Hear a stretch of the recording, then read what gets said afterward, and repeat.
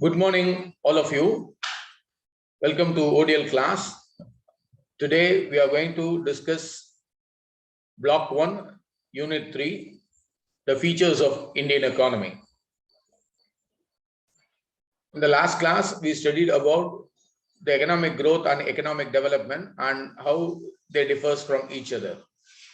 In this class, we are going to discuss about the salient features of Indian economy. This particular unit includes why we have to study this particular unit objectives. Then let me give a basic introduction about the Indian economy and what makes India to go for the liberalization. That is factors leading to liberalization in India. Then features of Indian economy. These are the things that we are going to discuss. After completing the class, we will sum up the concept. Then we will be familiarized with the keywords. Finally, what are the questions expected in the semester end examination? The objective of this particular unit is to familiarize with features of Indian economy. India, as a developing country, features of mixed economy in the world.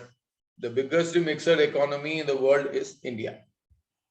The major characteristics of developing economy are low per capita income, overpopulation, maximum population below poverty line, and we are suffering with poor infrastructure, agro-based economy, and lower rate of capital formation. These are the economic indicators for developing country.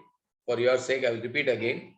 The major characteristic of developing economy are low per capita income, overpopulation, maximum population below poverty line, poor infrastructure, agro-based economy, and a lower rate of capital formation. As far as India is concerned, since the independence of the country, India has been developing in many prospects, but from economic point of view, how this particular country trying to improve itself. Although the Indian economy is developing in nature, it tend to move towards the developed economy. For that, we have implemented many economic reforms. Particularly, we have to say about the liberalization policy. The major reform in the Indian economy were done in the year 1991. Why that particular year is very important? Because we adopted the liberalization policy.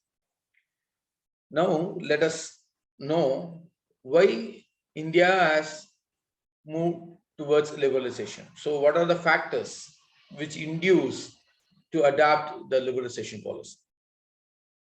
Before liberalization period, the Indian government sought to encourage the industrialization by directing the investment towards the production of capital goods and by restricting the imports. At the same time, it tried to help its poor citizens who lived in rural areas. As a result, the return on capital in the public sector during 1980s was only 1.5%.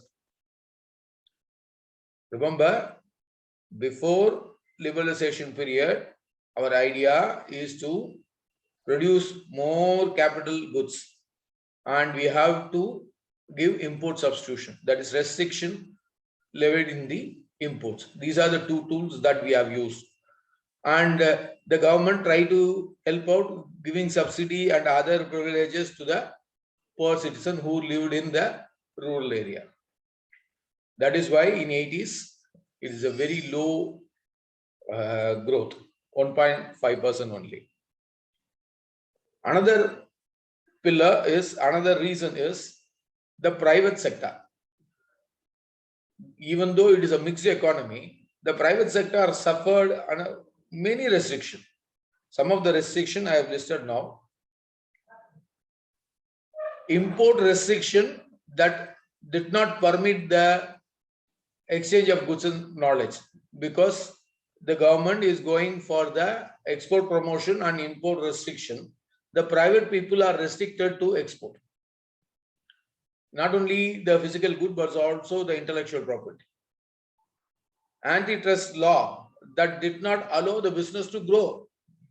The private people suffered a lot.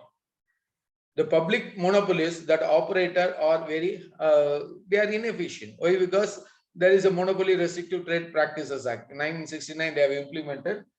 The government will not allow the private to get the monopoly power. And some of the schemes like license Raj, which complicate the process of opening a new business, because more priority given for the public, not the privatization. But if you see the developed countries, private will dominate, the public will support. But here it is reverse. There are a lot of restriction. Why? Because their concentration to produce capital goods and restrict the import. So once it is restricted, free exchange of goods and knowledge is affected very much, and a lot of antitrust laws, and the government will not allow the public to grow randomly. So it is not surprising that the gross domestic product and per capita grew at an annual rate of only 3.5% prior to 1980s. Considering how poor India was, even the following decades, in 1985, the gross domestic product per capita was only $447. The growth rate were alarming. They were not high enough to lift the population from the poverty. Like many other countries that following the liberalization, India also adopted the liberalization policy, because those developing countries not able to produce enough goods for the population, and they are running short of finance, and the government project were implemented without taxation. India is financed itself with a public debt with a huge amount. Finally, in 1991, the public debt reached $70 billion, and India was forced to declare bankruptcy. To avoid this distress situation, as a last resort, India forced to take immediate action to fix the problem. The solution was economic liberalization. In 1991, Indian government broke with the industrial policy, which has failed. In a surprising 180-degree twist, the new policies encouraged the business activity, stimulated the growth through private sector, and we tried to revive the international sector. Some of the important measures for economic liberalization is eliminating the industrial license requirement for most of the sector. All are allowed to do the business. Eliminating the license for importing the majority of goods. What is required, you can import. They have reduced the tariffs. Opening the private sector to many activities that had previously has been reserved for the public sector. And reducing the requirement of bank reserve and restriction on interest rates are liberalized, because it's open to all. Finally, eliminating restriction of foreign investment. Because of this particular reason only, a lot of foreign direct investment, foreign portfolio investment, foreign institutional investment, all these things came to the picture.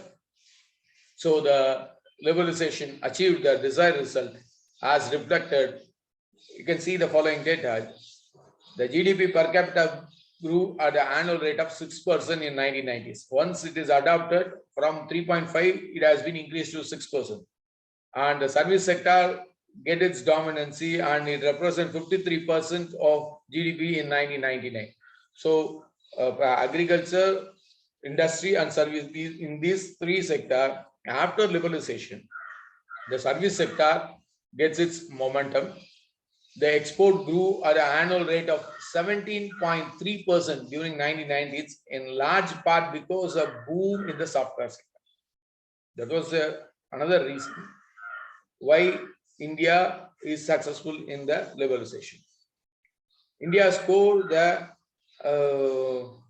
Fraser Institution Index of Economic Reform, Economic Freedom, which is rise from 4.8 in 1990, and it has moved to 6.2 in 2000. Within that particular 10 years, that index have increased from 4.8 to 6.2, which reflects the freedom to do the trade internationally.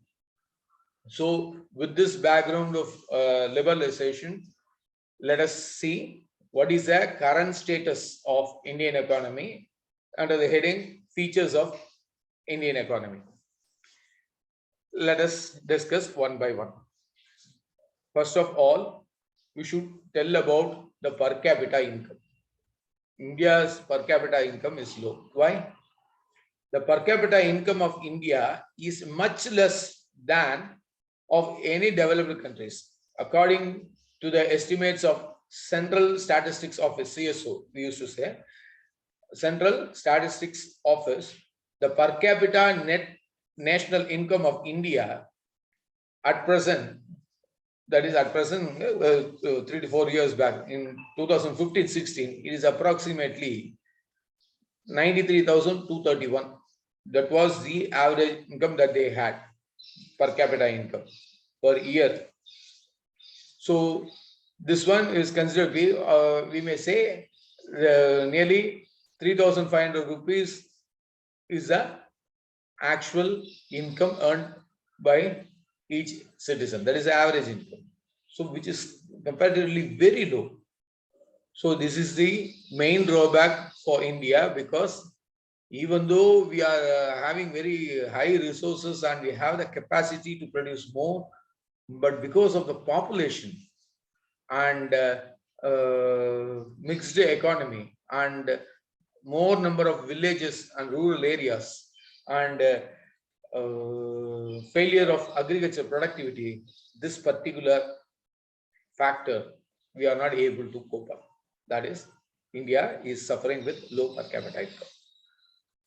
Another main reason for, we may say it's a restriction for India, is our country is basically an agricultural country, agro-based economy. The Indian economy is totally agro-based economy. Nearly 14.2% of Indian GDP is contributed by agriculture and allied sector, while 53% of total population of the country depends on that particular agriculture sector. See the difference. Actual contribution for GDP is nearly 15%, approximately 15%.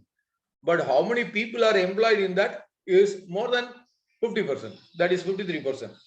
That is why we find difficult to provide the required number of employment. That is why there is a poor performance in the agriculture productivity. Why it is so? The third reason, that is a third feature, India is overpopulated. Overpopulation is one of the major concern of Indian economy. The population of India is getting increased by 20% in every decade. Around 17.5% of world population possessed by India. In the world population, the India's contribution is 17.5%. It is increasing every decade. That is, for every 10 years, our growth is increasing by 20%. Because of this, all the economic indicators is getting affected. And another unique feature that we should keep in mind is the disparities in income.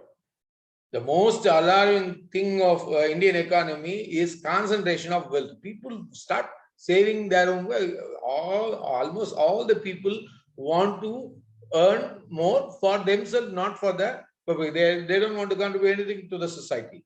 According to the latest report, 1% of Indians owning 53% of wealth. That means the rest of the 99% is possessing the rest of the 47%. See what a disparity in income. Among the top 10 owns a share of 76%. The report states that 90% of the country owns less than a quarter of country's wealth. That much disparity is there in income. Because of this, we find very difficult to grow. The next feature that we are going to discuss is capital formation. This is the basement for any economy to grow. But unfortunately, India find difficult in making the capital formation. Even though it is growing, it is a positive only. There is a growth rate, but not to the expected level. The rate of capital formation is positively correlated with the lower level of income. Why? Because more number of people are not having required income and they are under a poverty line. How they will spend? When you spend more, then the consumption will go, the production will increase, the income will increase, we can get more employment opportunity. Based on that, we can save. That saving will become investment. So this chain of action find difficult because the people are not having required income level because low level of income. There is a huge downfall of gross domestic capital compared to the previous years. I'm talking about gross domestic capital. Nearly 90% of the people are contributing only 25% of the total asset. That means they are not having, most of the people below middle class and more than 50% in poverty line. Then how we can expect that there will be a growth in the capital formation? That is why there is a downfall in the capital formation. One more feature of Indian economy is poor infrastructural development. According to the recent study, around 25% of the families cannot have access of electricity. Almost 70 years of independence, even now, in rural areas, they don't have the electricity. And 97 million people cannot access the safe drinking water. The sanitation service cannot be accessed by 840 million people. India requires $100 million to get right that particular infrastructure backwardness. We have to spend more. Public expenditure is badly required, but already we are in a very huge public debt. So even though we are having good manpower and resources, but infrastructure, when you compare with the other countries, it is not up to the mark because of three reasons. 97 million people are not having electricity or safe drinking water, and they are not able to access those infrastructure. Government find difficult to provide this. Then our Indian market is imperfect. The Indian markets are imperfect as there is a lack of mobility from one place to another. In the previous point, we told there is a poor infrastructure. Nowadays, we are start improving, but still the connectivity is missing.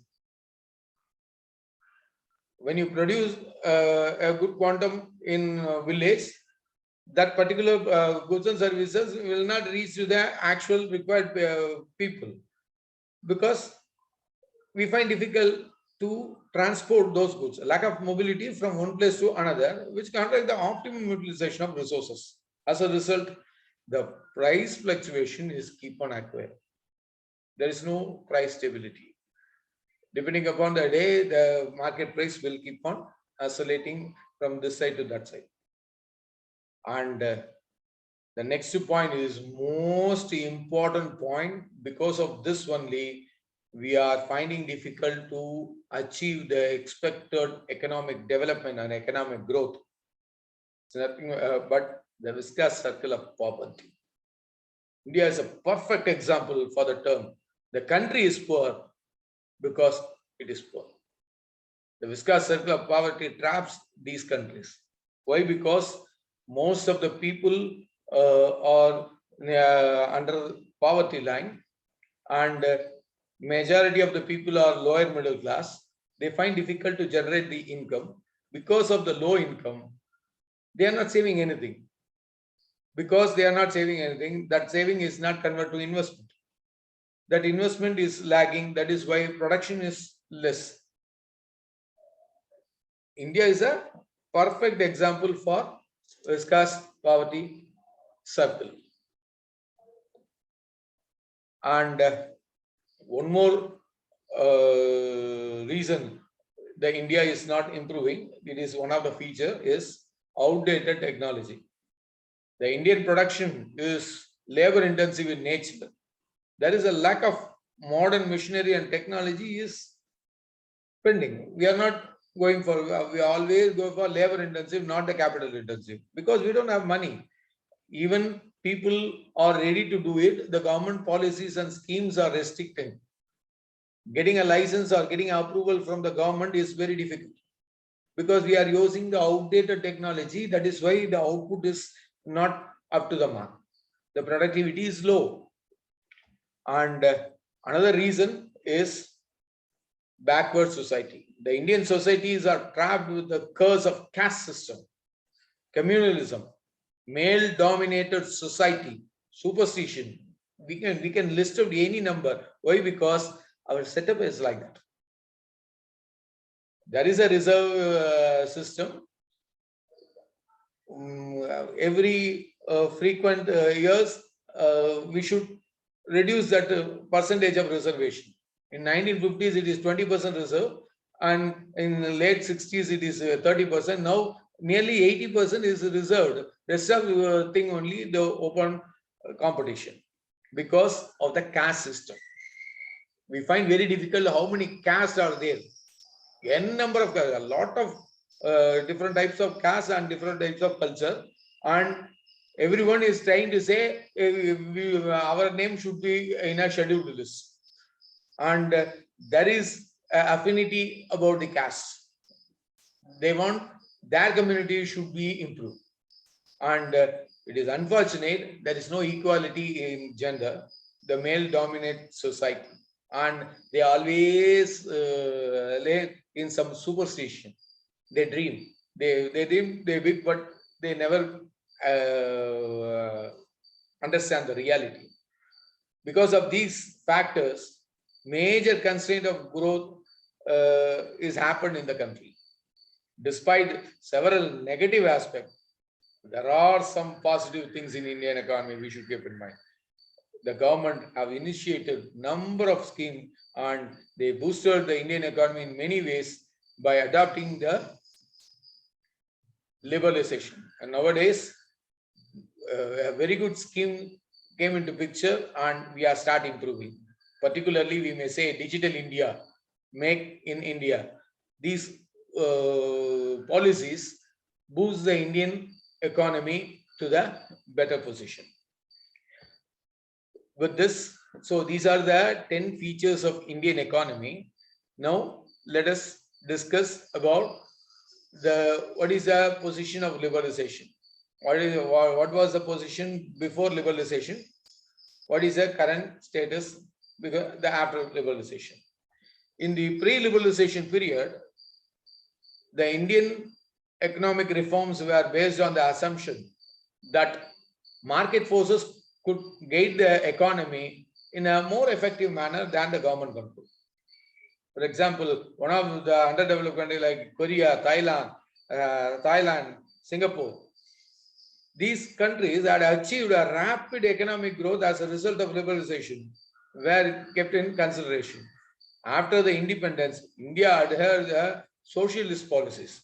Extensive regulation was sarcastically dumped as license Raj.